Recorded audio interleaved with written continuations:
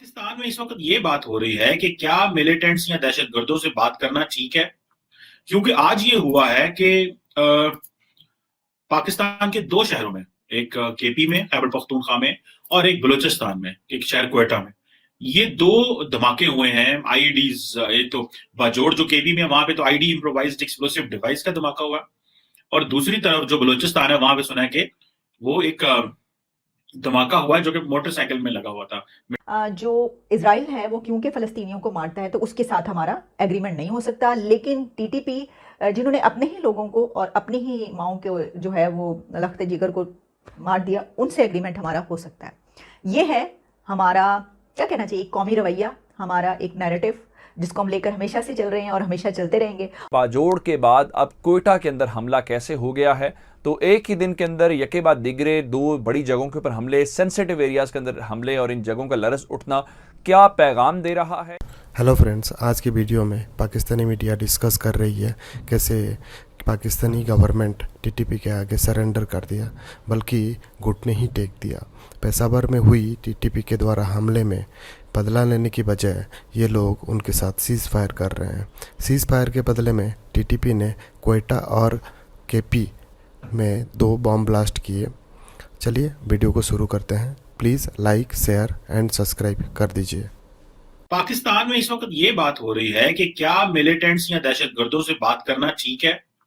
क्योंकि आज ये हुआ है कि पाकिस्तान के दो शहरों में, एक केपी में खैबर पख्तूनख्वा में और एक बलूचिस्तान में एक शहर क्वेटा में, ये दो धमाके हुए हैं आईईडीज। ये तो बाजोड़ जो केपी में, वहां पे तो आईडी इम्प्रोवाइज्ड एक्सप्लोसिव डिवाइस का धमाका हुआ। और दूसरी तरफ जो बलूचिस्तान है, वहां पे सुना है कि वो एक धमाका हुआ है जो कि मोटरसाइकिल में लगा हुआ था। मटेरियल कुछ 3-4 किलो केजी एक्सप्लोसिव मटेरियल था। अब क्वेश्चन ये होता है कि पाकिस्तान एक तरफ तो टीटीपी से मुज़ाकरात की बात कर रहा है, और मुज़ाकरात इस वक्त होस्ट जो प्रोविंस है बलूच अफगानिस्तान का, वहां पे हो रहे हैं। और जो अफगानिस्तान के इंटीरियर मिनिस्टर है जलालुद्दीन, वो जो हक्कानी साहब हैं, वो जो वेरी फेमस नोन एज हक्कानीज, जिनको कहा जाता है कि पाकिस्तान शुरू से उनकी सपोर्ट करता रहा है, और मगरब ने भी ये कहा, और बहुत सारे उसके पाकिस्तान की को बड़ा टफ टाइम दिया गया हक्कानीज के ऊपर। मुझे याद है एक अमेरिकन जनरल थे, उसका मुझे नाम भूल गया, तो उन्होंने कहा जी कि Haqqani network is a veritable arm of Pakistan. So इस तरह की बातें पाकिस्तान के बारे में होती रही हैं कि जी उनको सपोर्ट करते रहे। लेकिन आज जब अफगानी तालिबान जो हैं वो पाकिस्तान की मदद कर रहे हैं टीटीपी से बात करने के, तो इसमें जरा चीजें जो हैं वो डिस्कस कर लेते हैं। क्या ये मुआहदा ठीक किया गया है? क्या ये ठीक है कि टॉक्स कर लेनी चाहिए? क्योंकि मुख्तलिफ लोगों का ख्याल ये है कि नहीं, टॉक्स नहीं करनी चाहिए। इमरान खान साहब जो हैं वो इस बात पे अब बज़िद हैं। वो समझते हैं कि डायलॉग ही अच्छा रास्ता है। लोग इसको सरेंडर कह रहे हैं, कई लोग कहते हैं कि ये सरेंडर है। क्योंकि इमरान खान साहब जो है वो बेसिकली, क्योंकि वो खुद एक मजहबी ग्रुप्स को सपोर्ट करते हैं, तालिबान को भी सपोर्ट करते हैं, और एक वक्त तो ये आया था कि तालिबान जो है वो इमरान खान साहब को अपना जो हुकूमत के साथ निगोशिएटिंग टीम का मेंबर बनाना चाहते थे। This is back in 2014 somewhere. So लेकिन इमरान खान साहब ने ही बैक्ड आउट ऑफ इट। लेकिन क्योंकि इमरान खान साहब मजहबी ग्रुपों को बहुत ज्यादा अपीस करते हैं, तो शायद ये कहा जा रहा है कि शायद ये इमरान खान साहब का जो एक्ट है ये गलत है। अगर आपने मुज़ाकरात कर लिए, तो फिर शायद पाकिस्तान के अंदर वो जो एक गमो गुस्सा होगा। मुझे नहीं लगता कि पाकिस्तान की अवाम जो है वो इतनी ज्यादा इस चीज पे बाहर निकलेगी। हाँ, जो अफेक्टेड एरियाज हैं, केपी है, बलूचिस्तान है, वहां पे, या सिंध है, पंजाब में तो उस हद तक नहीं हुआ, लेकिन हमले तो, अटैक्स तो बहुत हुए, लेकिन उस तरह नहीं हुए। सो ये जो एक एलिमेंट है कि अगर केपी शायद और बाकी जो सूबे हैं वो इतना ज्यादा, कोई अगर मुज़ाकरात हो भी गए तो इतना ज्यादा उठेंगे नहीं और बोलेंगे नहीं। लेकिन इमरान खान साहब के ऊपर इस वक्त बड़ा सख्त, क्योंकि डोमेस्टिकली तो मसाइल हो रहा है, लेकिन इंटरनेशनल कम्युनिटी बड़ा केयरफुली देख रही है कि वो कह रहे हैं कि देखो, ये जो हुकूमत है ये टीटीपी के साथ मुज़ाकरात भी कर रही है, ये टीएलपी जो एक और मिलिटेंट ग्रुप है उसके साथ भी मुज़ाकरात कर रही है। उनके लोगों को छोड़ दिया गया, उनके लिए कवानीन में तब्दीलियां की गई, और उनको जो एक प्रोस्क्राइब्ड एक दहशतगर्द जमात था वो हटा दिया गया। उनके लिए आसानियां पैदा की, उनके लिए आसाइश पैदा की, और पीटीआई के लोगों ने कहना शुरू कर दिया क्योंकि टीएलपी का बहुत वोट है तो हम 2023 में उनके साथ अलायंस कर लेंगे। मतलब एक तरफ प्रोस्क्राइब दहशतगर्द जमात, और दूसरी तरफ उसी वक्त कह रहे हैं कि हमने इनके साथ डायलॉग करना है और इनको अलायंस कर लेंगे। ये है वो कंफ्यूजन और ये है वो तेजी पाकिस्तानी सियासत में जो कि बहुत देर से है, और पाकिस्तान की पॉलिटिकल क्लास हमें वो एक क्वालिटी लीडरशिप प्रोवाइड नहीं कर सकी जो हमें क्लियर कट अप्रोच लेके आए। कि जो पाकिस्तान में दहशतगर्द है, जो मिलिटेंट है, वो ये नहीं कहेंगे कि भाई अगर अफगानिस्तान में 20 साल की स्ट्रगल के बाद तालिबान पावर में आ गए हैं तो पाकिस्तान में भी आ जाएंगे। इंडिया और इजराइल के बीच एक ऐसा एग्रीमेंट हुआ है जो उनकी जनरेशन्स को तो बदलेगा ही बदलेगा, बल्कि इस दुनिया के मुस्तकबिल को भी बदलेगा। India Israel deal to develop next generation technology, इसको कहा जा रहा है नेक्स्ट जनरेशन टेक्नोलॉजी। और इसके अलावा इसमें एक बात तो ये कि जो न्यू स्टार्टअप्स हैं उनको हेल्प आउट किया जाएगा।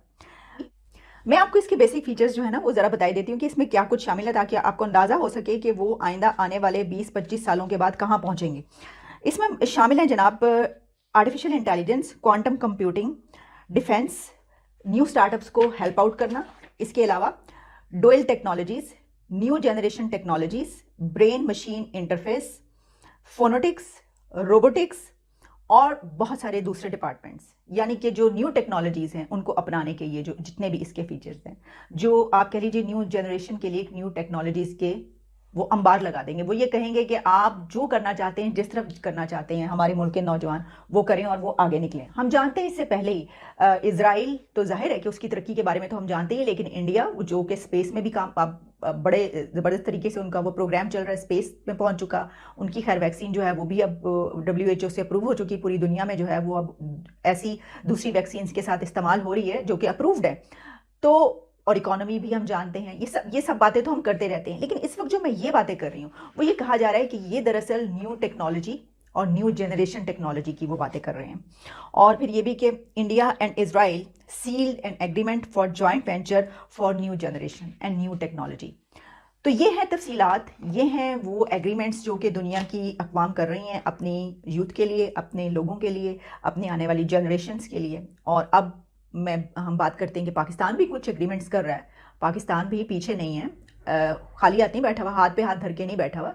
एग्रीमेंट्स तो यहाँ पर भी हो रहे हैं, जैसे कि TLP के साथ एग्रीमेंट हुआ कि सड़कों पर ना आए। अब वो ठीक है, अगर 9 उन्होंने मार दिए पुलिस वाले तो अब क्या करें भाई, मार दिए, अब क्या हो सकता है। तो अपने ही हैं, अपने ही खून है, उनको वापस जो है वो लाना है और कौमी धारे में शामिल करना है। और इसी तरीके से सबके साथ वो मिलकर काम करेंगे, असम्बलीज में भी बैठेंगे, इलेक्शन भी लड़ेंगे, इलेक्शन जितवाएंगे भी, सब कुछ होगा। इसी तरीके से TTP के साथ भी हमारा एग्रीमेंट हो रहा है, एक बहुत बड़ा, बहुत मशहूर मारूफ, मशहूर ज़माना एग्रीमेंट जो हमारा TTP। तो देखिए जो इजराइल है उसके साथ हमारा एक प्रिंसिपल स्टैंड है कि उससे हम ताल्लुकात नहीं बना सकते, उसकी बात करना हराम है। इजराइल के मुतालिक तो सोचना ही गुनाह है।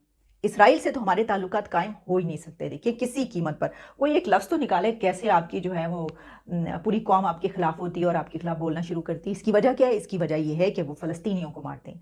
लेकिन TTP से हमारा एग्रीमेंट हो सकता है क्योंकि वो तो अपने लोगों को मारते हैं ना। क्या हो गया अगर इस मुल्क के माओं के जिगर गोशों को उन्होंने छीन लिया तो ओके, देखें this is life, my life must go on. इसी तरह होता है ना, अब अपनों को छोड़ा तो नहीं जा सकता, क्या करें, मुसलमान हैं वो भाई, कलमा पढ़ते हैं, तो जाहिर है कि वो तो हैं, वो तो साथ ही हैं।